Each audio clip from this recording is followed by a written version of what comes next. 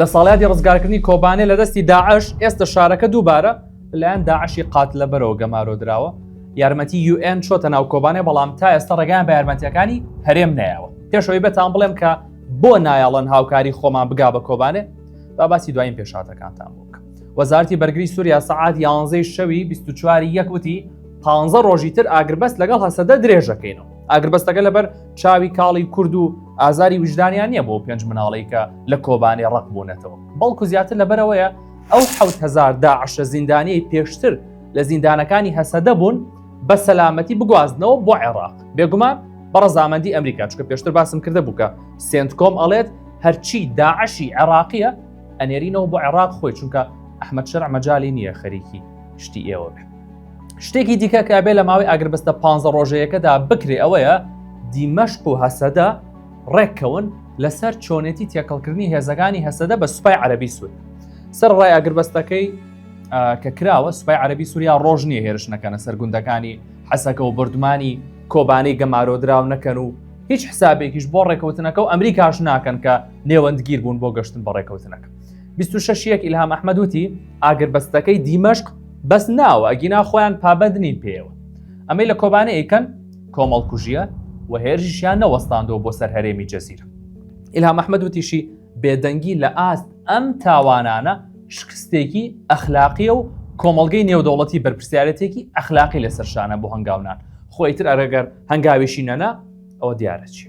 Human Rights Watch وتی ئەوەی لە کۆبانێ ڕوودەدات ئالێرە لە بەیاننامێکی دوورودرێژاوتی ئەوەی لە کۆبانێ ڕوودەدات و بەکارێنانی ئاو کارەبا وەک چەکێک لە دژی خەڵکی سیڤیل تاوانی جەنگ. بەڵام چەکداری داوارنشین چوزانن Human Rights Watch و تاوانی جەنگ چییە؟ بۆیە وا زیاتر لە هەفتەیەکە بەو بەفر و سەرمایە ئاگریان لە ماڵی خەڵک بڕیوە، نە ئاو، نە کارەبا، نەنان، نە ئینتەرنێتیان هێشت. سوپای عەرەبی سووریا و خێڵی عروبە هەر چوار دەوری کۆبانەیان بە تەواوی گرتووە. کێشەکە ئەوەیە جگە لە خەڵکی کۆبانێ خۆیان بە قسەی دکتۆر ئەحمەد مەحموود ئاوسەرۆکی دەستەی تەندروستی کۆبانێ 250,000 کوردی تریش کە لە شارەکانی تر بوون ئاوارە بوون و هاتوون بۆ کۆبانێ. وتیشی ئێستا ئەم دەقەیە 300 بریندار لە کۆبانێ هەن، بەڵام هەر توانیوان نەشتەرگەری بۆ هەفتایان بکەین وا بڕوا مەگەر قفڵ لە دەرگای نەخۆشخانەکانمان بین. ڕوانگەی سووری بۆ مافەکانی مرۆڤیش ئەڵێت لەم کاتەدا لە کۆبانێ تەنها یەک نانەواخانە کارەکات، هەزاران کەس بۆ دەستکەوتنی کولێرەیەک لەو ناوەیە سەرەیان گرتووە بە وا خەریکە بۆی بێئاردیەوە ئەو نانەوەخانەیەش داخرێت. دوایەوەی جیهان ئاگادار کرایەوە لەوەی بەسەر کۆبانێ هێنراوە، نەتەوە یەکگرتوەکان داوایان لە سووریا کرد کە ڕێڕەوی مرۆیی بکاتەوە بۆ ئەوی هاوکاری بگەێنە کۆبانێ. لەژێر فشاری نەتەوە یەکگرتوەکانە حکوومەتی سووریا ئەم دووێنەی بڵاو کردەوە، وتی دوو ڕێڕەوی مرۆییمان کردوێتەوە بۆی هاوکاری بگاتە حەسەکە و دەردی خۆیان نووسیوانە عین العەرەب، بەڵام من پێڵین کۆبانێ وەر کۆبانێشە. دوو ڕێڕەویان کردوێتەوە بۆ ئەو دوو شارە بۆی هاوکاری بکات. یەکسەرکە ڕێڕەوەکە کرایەوە بەشی کاروباری پەنابەران لە نەتەوە یەکگرتوەکان UNHCR، ئەوەی کە دکتۆر بەرهەمی خۆمان بوو بەسەرۆکی، وتیان توانیمان 24 بار هەڵگری پڕ لە خۆراک، هاوکاری وە سوتەمەنی بگەێنینە کۆبانێ. جا هەمووان ئەمان پرسی کە بۆچی دکتۆر بەرهەم چەند ڕۆژی سەرەتای ئابڵوقەکەی سەر کۆبانێ دەنگینە بۆ خەڵک دڵێکیان بۆ خۆش بوو شتێ بکا بە شتێ. بۆ ئەمە پەیوەندیم بە محەممەد هەورامیەوە کرد کە نزیکە لە دکتۆر بەرهەمەوە، وتی ڕاستە دکتۆر بەرهەم کۆمسیاری باڵای نەتەوەی گرتوەکانە، بەڵام هەر شتێک بکە ئەبێ بە ڕەزامەندی حکوومەتی ئەو وڵاتە بیکە.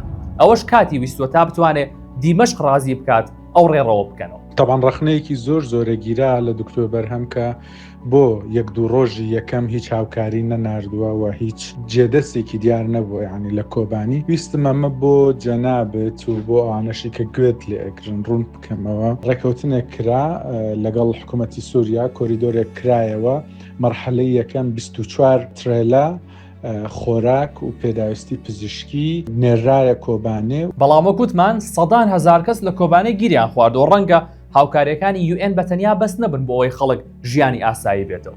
بۆیە دەستگای خێرخوازی بارزانی 67 بار هەڵگری پڕ لە هاوکاری ناردووە بۆ کۆبانێ. بەڵام تا ئێستا کە من قسەتان بۆ بکەم حکوومەتی سووریا ڕێگەی نەیاوە یەک دانەش لە هاوکاریەکانی دەستگای خێرخوازی بارزانی بچێتە ناو کۆبانێ.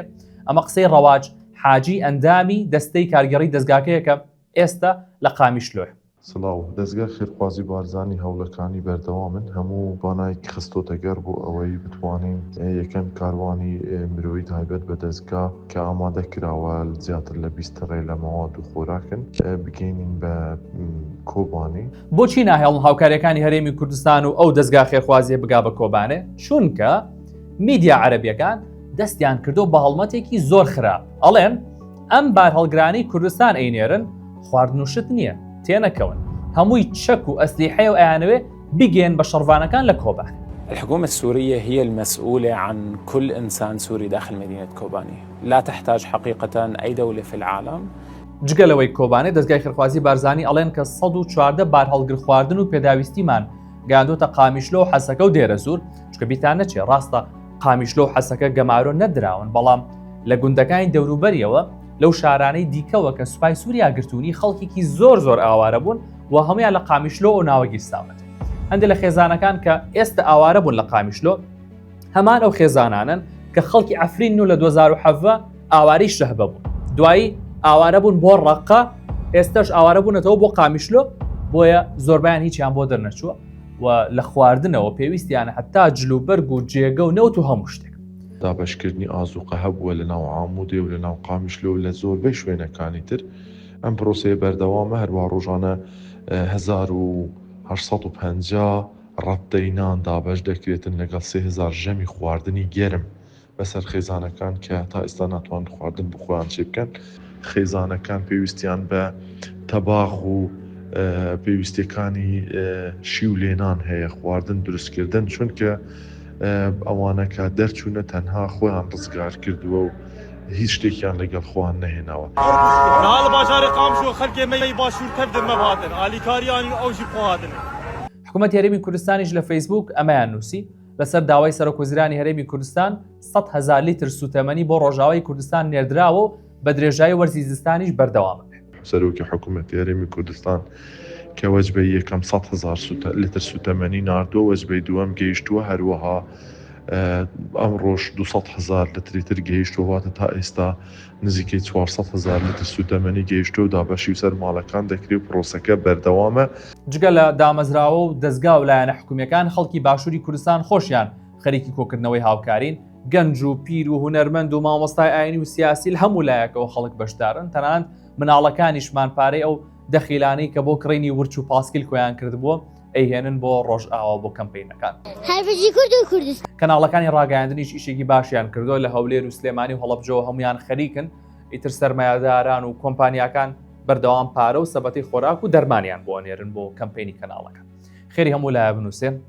عەلی حەمە ساڵحی سەرۆکی ڕەوتی هەڵوێستیش لە فەیسبووکەی خۆی وتی 32,000 پارچە دەرمانمان پێ ئەیبین بۆ ڕۆژئاوا، دواتریش ئەم ڤیدۆی لە قامیشلەوە بڵاو کردەوە.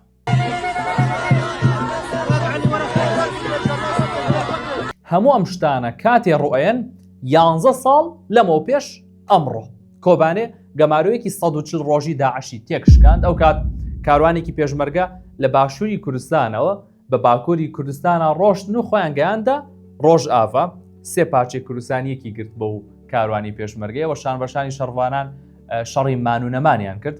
بۆیە لە 26 ساڵیادی ئازادکردنی کۆبانێ وەزارەتی پێشمەرگەی خۆمان ئەم نووسینەی بڵاو کردەوە، نووسی سڵاو بە پێشمەرگە و شەڕڤانە قارەمانەکان ئەنێرین کە شانبەشانی یەکتر لە بەرەنگاربوونەوەی ئەفسانەیەدا دژی تیرۆریستانی داعش جەنگان و بەگیانی خۆیان و بەرخودانێکی بێوێنە توانیان کۆبانێ لە دەستی دڕندەترین ڕێکخراوی تیرۆریستی ئازاد بکەن. بە هەمان ڕۆحێتی بەرخودان و بەرگری هەرگیز کۆبانێ ناکەوێ و ئیرادەی سەرکەوتن بەردەوامە بێ. ڕەنگە بپرسن ئەی بۆچی پێشمەرگە ئێستا وەکو ساڵی 2014 نانێردرێ بۆ کۆبانێ؟ چونکە ئەو کات شەڕی کورد لەگەڵ گروپێکی تیرۆریستی بوو کە دنیا پشتیوانی کوردیە کرد لەمەیە، بەڵام ئێستا ئەوە هیچ کە دنیا پێچەوانە بۆتەوە هەمووی پشتی ئەحمەد شەر ئەگرێن، ئەگەر هەرێم هێز بنێرێ واتە هەرێم ئەچێتە شەڕێکی ڕاستەوخۆ لەگەڵ دەوڵەتێکی دراوسی خاوەن سەروەری و پشتوپەنە، نەک لەگەڵ گروپێکە هەموو دنیا دژێتی و هیچ وڵاتێکی ئەم ناوەش ڕێگە بە هەرێم نایەت ئەو هێزە بنێرێت وەکەو ساڵ. هە لە ساڵیادی ڕزگارکردنی کۆبانێ بارگای بارزانیش پۆستێکیان کرد و نووسیان سەرۆک بارزانی لە 11مین ساڵیادی ڕزگارکردنی کۆبانێ پەیامی هەیە و ئەڵێت سڵاو بۆ شەڕڤان و پێشمەرگە قارەمانەکان کە لە بەرگریەکی قارەمانانەدا ڕێگەیان نەدا کۆبانێ بکەوێتە دەست تیرۆریستانی داعش و سەرکەوتنێکی گەورەیان لە مێژووی گەلی کورد تۆمار کرد. ئەمە سەرکەوتنی مرۆڤایەتی بوو بەسەر تیرۆر و تاریکیدا. والله هرچی پێم بکێ دەیکەم ئەگەر ئەو مەجالەم هەبە وەکو ساڵی 2014 ئێستا قووەتە منۆر بکوبۆ بەڵام ئەو دەرفەتەوە ئەو فرسەتەوە ئەو مەجاالە ئەو وەختە هەبوو ئێستا نییە. ئێستا کوبانی لەزم نیە ئەو ناوچانەیە کە ناوچایەکی کوردیە ئەبی دەستی لێ نەدرێ. هەر لە یادی ئازادکردنی کۆبانێدا قوبا تاڵەبانی جێگری سەرۆکوەزیرانی نووسی ستایشی ئازایەتی و نەبەردی شەڕڤانان و هەموو گەلی کوردستانەکەم کە 11 ساڵ لەمەوبەر بە خۆڕاگری و بەرخۆدان بەرگریان لە خاک و خەڵکەکەیان کرد. ئەم ڕۆژ بە خۆڕاگری و ئازایەتی شەڕڤانان و بە یەکدەنگی و یەکگرتووی گەلی کورد پارێزگاری لە کۆبانێ و ڕۆژئاوای کوردستانەکرێت. لەسەر ئەم یەکدەنگیی کورد مەزلوم عەبدی فەرماندەی گشتی هەسەدەش قسەی کردوتی ئەو ڕۆحێتە کوردی کە لە 2014 هەبوو ئێستش جارێکتر هەمان ڕۆحێت ئەبینین. لە ڕووی سیاسیشەوە هەموو سەرکردە کوردەکان بوونەتە یەک و لەگەڵ دۆزی گەلی کوردن لە ڕۆژافە. ئەس باردکەم دەمەقۆ هەری باشتە ینی ژیان دکرد یەکتیە کوردی پراتیکێدا هاتە چێکردن ئەو ڕحی یەکیتی ئەکو دەما شەری کۆبانێدا 2014 کردن ئەم جارێکی دین ڕحی دبینن کوردنا گشکی بوونە یەکە.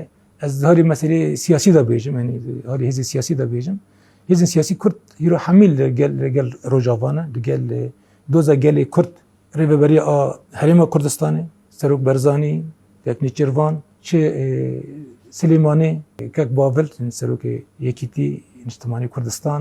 جەنەڕاڵ مەزلوم وتیشی ئێمە لە ڕەقە و تەبقە کشاینەوە چونکە خۆمان نەمانەوێت شەڕ بکەین لەوێ بەڵام کۆبانێ ڕەقە و مەقە نییە و هێڵی سوورە حتا یەک شەڕبان مابێ شەڕی بۆ بکەین. ئەم نەدێرە زۆر و ڕەقە و هەرێمە دیترن ئەم بە دەرکی شەر بکە خەتەمێ سوورە وە مەحەکە سەرێکی دای خۆیەکردنە ئەمە حتانی ینی فەردێک مەمەوەی ئەمی شەری داوام کرد. دوای هەموو ئەم کارەساتی کە بەسەر کوردانی ڕۆژاوا هات ئیسرائیل قسەیەکی فەرمیلێ هاتە دەر وەزارەتی دەرەوەی ئیسرائیل وتی هەموو دنیا خۆیان سەرقاڵ کردەوە بەشتی ترەوە لە کاتێکا کوردانی سووریا ئاوارە ئەکرێن و تووشی زۆرداری و توندوتیژی بوونەتەوە تەنیا لەبەرەوەی کە کوردن. مافی مرۆڤ نوقڵ نییە حەزل لە کێبوو بیدەیتێ بێدەنگ بوونتان لایەنگریە نەک بێلایەن.